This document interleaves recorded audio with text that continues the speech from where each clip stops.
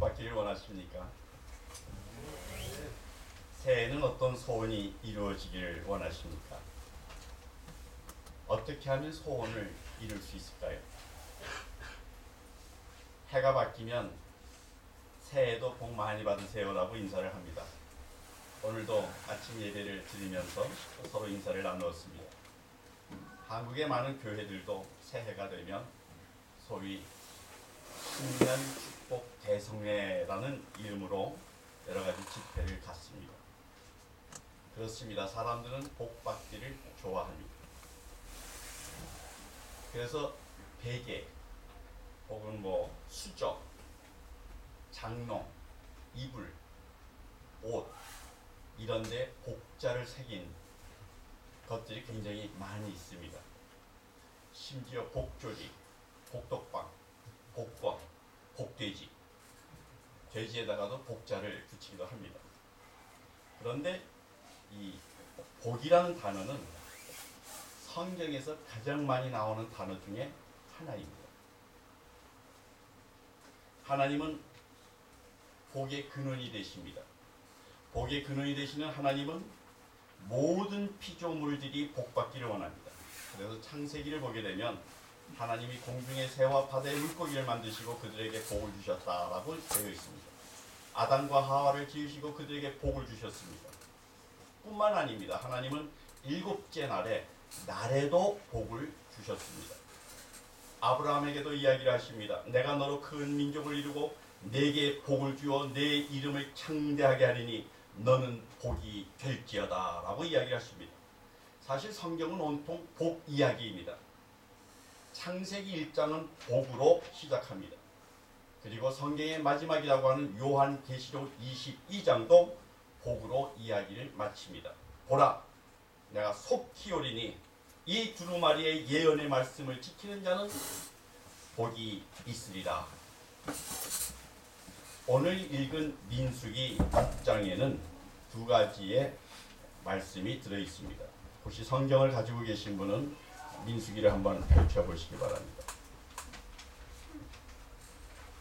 제가 가진 성경으로는 203쪽에 있습니다. 민수기 6장에는 두 가지 내용이 담겨 있는데 앞부분은 나시린의 서원에 관한 규례입니다. 그리고 뒷부분에는 제사장의 축복이라고 하는 말로 이렇게 단락 구분이 되어 있습니다.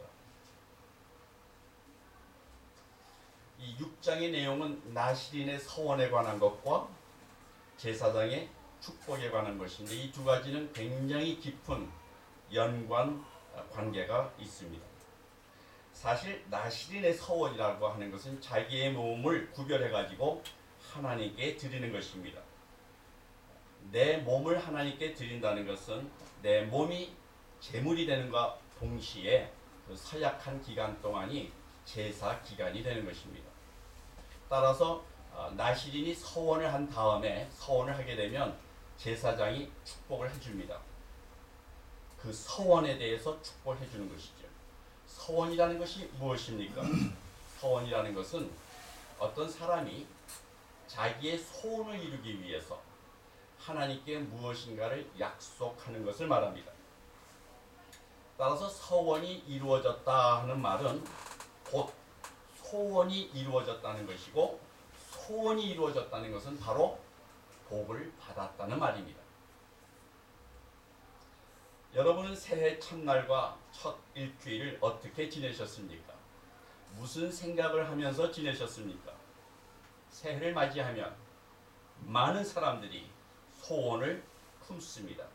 그리고 그 소원을 이루기 위해서 자기의 몸과 마음을 새롭게 구별하고 굳게 결심하는 시기가 바로 신년 초입니다. 이런 점에서 우리들이 하나님 앞에서 예배를 드리고 말씀 안에서 새롭게 결심하는 새해 소원들은 마치 나시린의 서원과 같다고 볼 수 있습니다. 그래서 제사장의 축복은 새해를 맞는 우리에게도 똑같이 적용할 수 있습니다. 오늘 읽은 민수기 6장 22절에서 27절의 말씀은 크게 두 가지의 내용으로 구분할 수가 있습니다.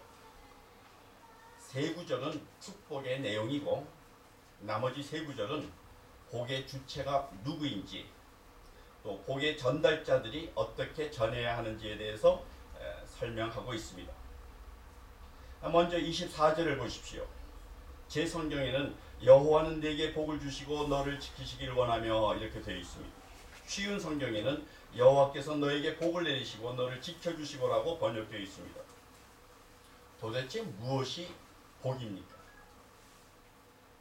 복받기를 좋아하는 우리들이 여러분이 생각하는 복은 무엇입니까?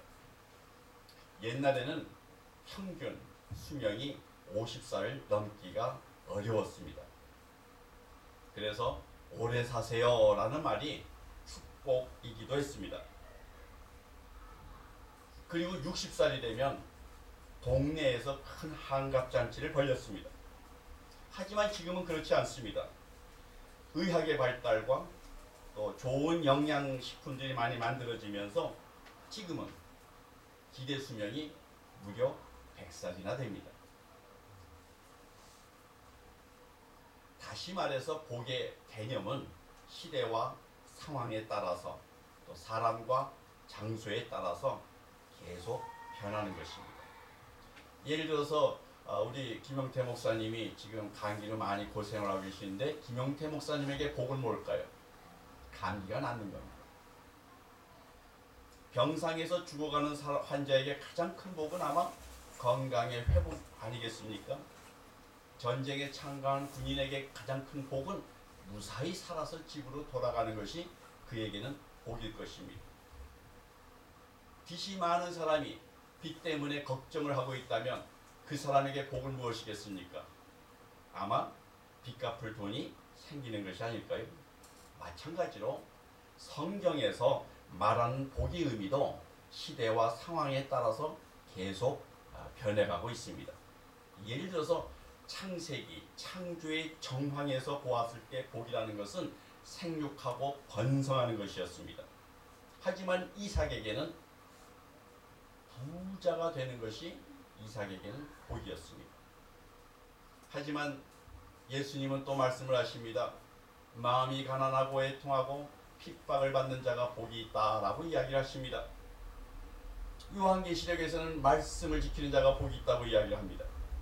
그렇다면 오늘 읽은 민수기 6장 24절의 그 말씀을 잘 지켜본다면 여기에서 말하는 복이라는 것은 바로 서원이 이루어지는 것을 말합니다. 다시 말하면 서원한 사람, 소원을 품은 사람이 그 소원이 성공적으로 완성될 수 있도록 여호와 하나님께서 지켜주시는 것이 바로 복이라는 것입니다. 소원은 쉽게 이루어지지 않습니다. 나의 노력만으로 이루어지는 것이 아닙니다. 하나님께서 복을 주시고 하나님께서 지켜주실 때의 그 소원이 이루어질 수 있다는 이야기입니다. 그러므로 이 본문에서 이야기하는 복이라는 것은 바로 너를 지켜주는 것입니다.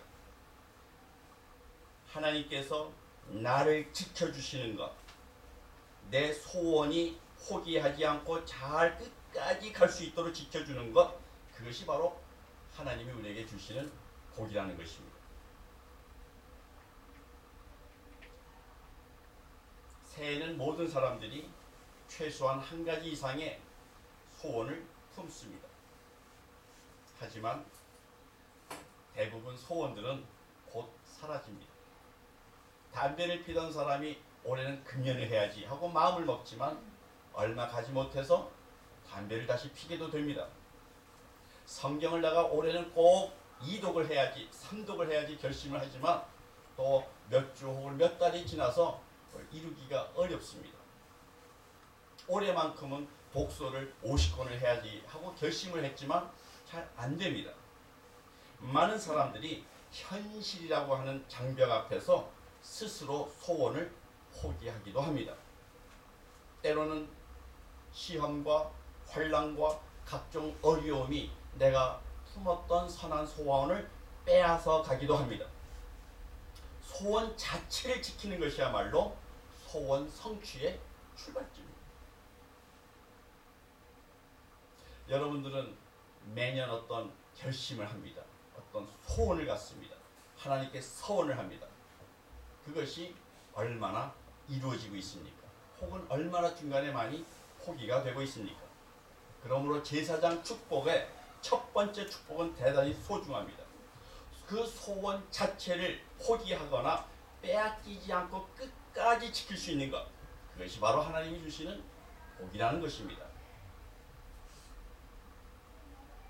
여러분들은 예수 그리스도 안에서 왕같은 제사장으로 부름을 받으신 분들이십니다.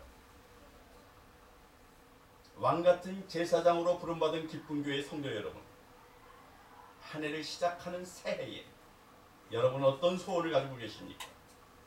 새해는 자신의 소원과 이웃의 소원이 그 소원 자체가 포기하거나 빼앗기지 않고 끝까지 지켜갈 수 있도록 서로 축복하시기를 바랍니다. 예수 그리스도 이름으로 축복하는 그 모든 소원은 하나님께서 지켜주실 줄로 믿습니다. 25절을 읽어보게 되면 여호와는 그의 얼굴을 내게 비추사 은혜 베풀기를 원하며 라고 되어 있습니다. 쉬운 성경에서는 여호와께서 너에게 자비를 베푸시며 너에게 은혜를 내려주시기 빈다라고 말하고 있습니다. 그렇습니다. 여호와께서 그의 얼굴을 비추신다는 말은 곧 여호와께서 그 사람에게 자비를 베푸신다는 뜻입니다.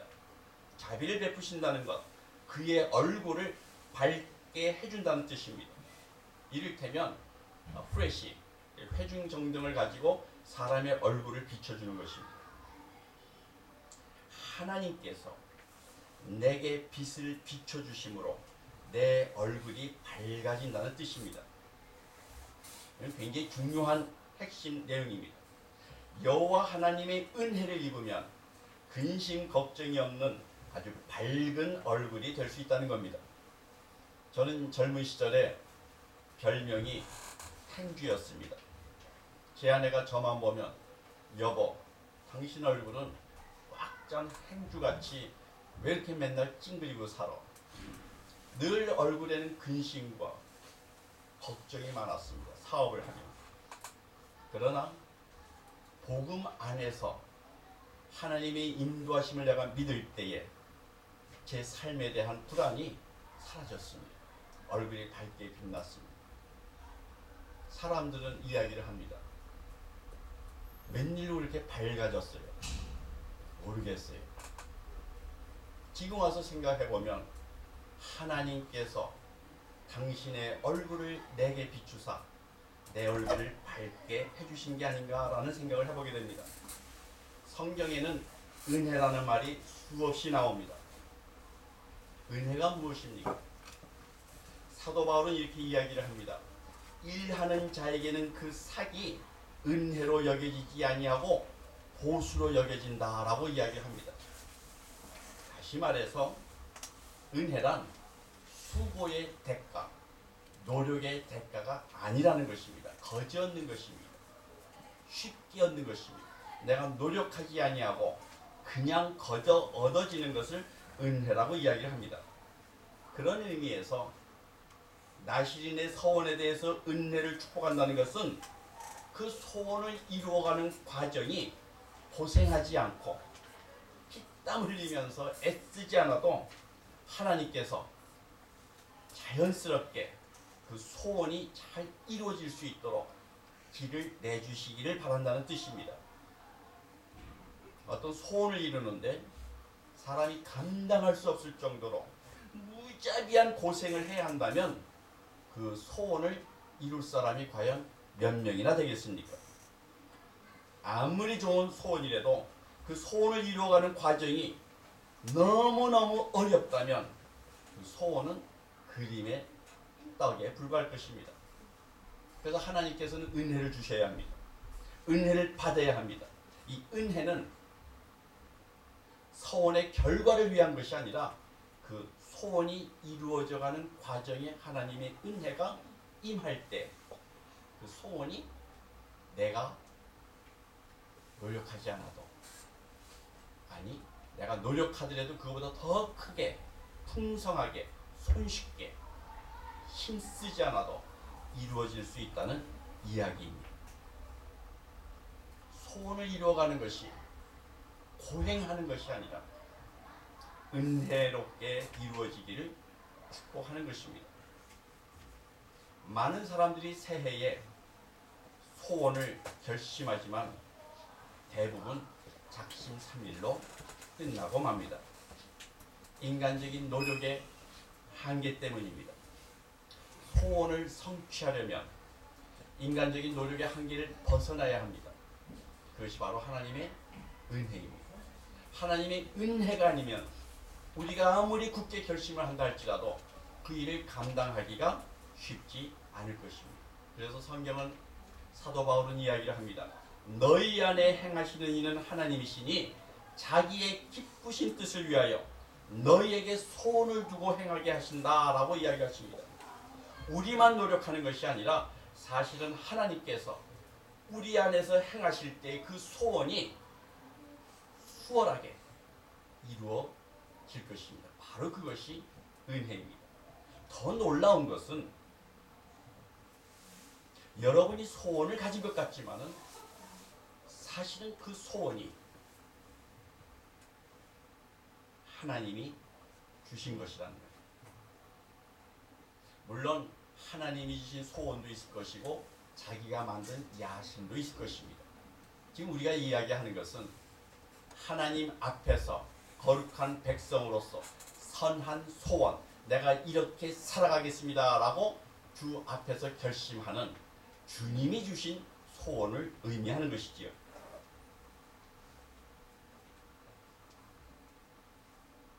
많은 사람들은 자기가 정말 무엇을 원하는지 잘 모르고 삽니다. 뭘 원하세요? 잘 모르겠어요. 제가 뭘 원하는지. 내게 정말 도움이 되는 소원이 무엇인지, 나에게 유익한 소원이 무엇인지 잘 모르는 경우가 많이 있습니다. 많은 사람들이 마땅히 기도할 바를 알지 못하는 상황에 있을지라도 말할 수 없는 탄식으로 우리를 위하여 친히 간구하시는 성령님 덕분에, 그리고 우리가 실수하고 잘못했음에도 불구하고 하나님께서는 모든 것을 합력하여 선을 이루어 가시기 때문에 그것이 바로 은혜가 아니겠습니까? 기쁜 교회의 성도 여러분, 소원이 포기되지 않고 잘 지켜지기를 원할 뿐만 아니라 그 소원을 이루어가는 과정이 하나님의 은혜로 말미암아 수월하게, 용이하게, 풍성하게 이루어지기를 바랍니다. 26절을 보게 되면 여호와는 그 얼굴을 내게로 향하여 드사 평강 주시기를 원하노라 라고 이야기합니다. 쉬운 성경에서는 여호와께서 너를 내려다보시고 너에게 평화 주시기를 빈다라고 합니다. 제사장 축복의 마지막 세 번째 내용입니다. 평강이라는 말과 함께 여호와는 그의 얼굴을 내게로 향하여 드사라는 표현이 있는데, 일반적으로 성경에서 하나님께서 얼굴을 든다라고 이야기를 할 때는 바로 하나님의 능력을 의미합니다. 시편 기자는 이야기를 합니다. 여호와와 그의 능력을 구할지어다. 그의 얼굴을 항상 구할지어다. 여호와의 능력을 구하려고 하는 사람들은 바로 여호와의 얼굴을 바라본다는 이야기입니다. 예를 들어서 어린아이들이 있습니다. 조그마한 어린아이가 놀다가 자기가 너무 힘들 때에 아빠를 한번 바라봅니다. 아빠, 나 좀 도와주세요. 그때 아빠가 전문용어로 쌩까지 않고 그 아이를 지그시 바라봐 줄 때에 내가 너를 도와주마, 내가 너와 함께 하겠다 라는 그 표정, 아이 컨택, 눈 맞춤, 바로 그런 이야기입니다. 여호와께서 너를 내려다보시고 나에게 눈을 맞추고 나의 능력을 원하느냐? 내가 너에게 능력을 주겠다. 그런 이야기가 바로 얼굴을 들다, 그런 뜻입니다. 그렇습니다. 우리가 소원을 이루어가기 위해서는 하나님께서 우리의 소원을 지켜주셔야 될 뿐만 아니라 하나님께서 그 소원을 이루어가는 과정을 은혜를 주셔서 수월하게 되어야 될 뿐만 아니라 하나님의 능력을 덧입어야 그 소원이 이루어질 수 있다는 것입니다. 여기서 말하는 평강의 의미는 평화를 말합니다. 나시린이 서원할 때에 제사장이 마지막으로 평화를 축복하는데 평화란 무엇입니까? 평화의 반대는 전쟁이나 불안입니다. 국가의 평화가 없을 때는 전쟁이 일어나고 개인에게 평화가 없으면 불안해집니다. 제사장의 축복은 나라에게 하는 것이 아니라 개인에게 하는 것입니다. 따라서 평화를 축복한다는 것, 평강을 축복한다는 것은 현실적으로 소원을 한 나에게 불안한 요소가 있다는 것을 의미합니다. 우리는 결심을 합니다. 소원을 품습니다. 하나님께 서원을 합니다. 그러나 한편 내 마음속에 의심이 올라옵니다. 될까? 잘 될까? 소원 성취에 대한 의심이 있습니다. 하나님과의 관계에서 의심은 죄악입니다.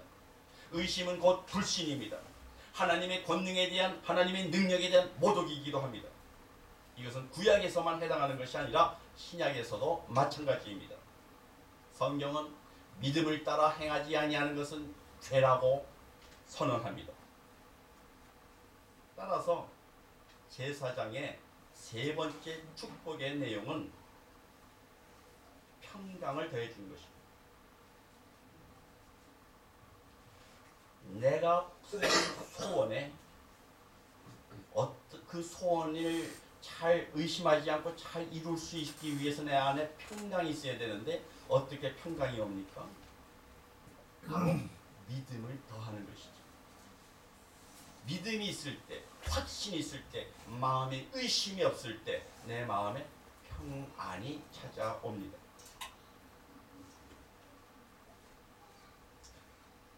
소원의 성취는 그 소원에 있는 것이 아니라 소원을 한 사람의 마음, 소원을 한 사람의 그 믿음에 달려 있는 것입니다. 소원이 중요한 것이 아니라 소원한 사람의 그 믿음, 그것이 그 소원을 이루어 갑니다. 스스로 갖는 믿음도 있지만 믿음 또한 하나님께서 주시는 선물입니다. 믿음이란 하나님이 주시는 하나님의 선물을 누리는 확신입니다. 간절한 소원에 하나님의 확신이 더하게 되면 내 마음은 평강해집니다. 이러한 평강은 하나님의 특별하신 은총으로만 가능합니다. 그래서 제사장이 평강의 축복을 빌어주는 것입니다. 시편 기자는 말합니다. 여호와여, 주의 얼굴을 들어 우리에게 비추소서. 주께서 내 마음에 두신 기쁨은 그들의 곡식과 새 포도주가 풍성할 때보다 더하나이다. 내가 평안히 눕고 자기도 하리니 나를 안전히 살게 하실 이는 오직 여호와이시니라 라고 고백을 합니다. 사랑하는 기쁨교회 성도 여러분, 새해에는 서로 제사장의 축복을 하는 한 해가 되기를 바랍니다. 여러분과 함께하는 사람들의 소원을 하나님께서 지켜주시고 그 소원을 이루어 나가는 과정에 은혜와 평강이 넘치는 한 해가 되기를 주 예수 그리스도 이름으로 축복합니다. 이제 말씀을 마무리하겠습니다. 세상 사람들도 새해 인사로 소원 성취하세요, 복 많이 받으세요 라고 말합니다. 그러나 이것은 인사말이지 축복이 아닙니다. 축복과 인사의 말의 차이는 바로 누구의 이름으로 하느냐에 달려 있습니다.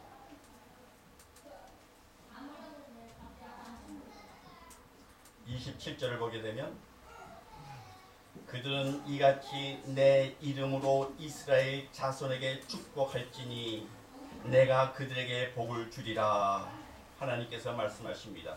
여기에서 내 이름으로, 즉 여호와의 이름으로 축복을 하라는 것입니다.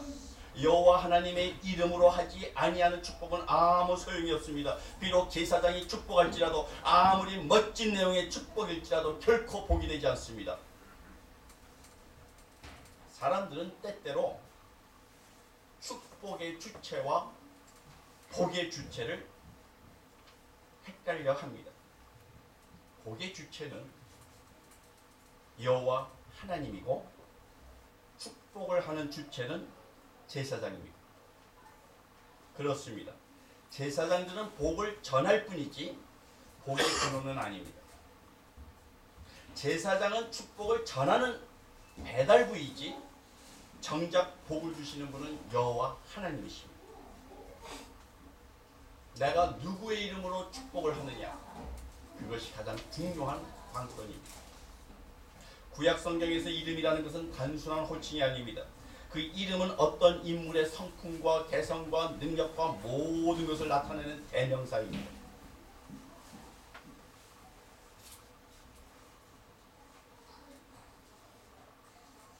김용태 목사님, 김원양 이렇게 이름을 안다는 것은 단순히 그 사람을 어떻게 불러야 된다는 것을 아는 것 그 이상입니다. 그 사람이 어떤 인격을 가졌는지, 어떤 성품을 가졌는지, 어떤 능력을 갖고 있는지, 어떤 지위를 갖고 있는지 그 이름에 많은 내용들이 포함되어 있습니다. 복의 주체이시고 복의 근원이 되시는 하나님, 여호와 하나님은 어떤 분이십니까?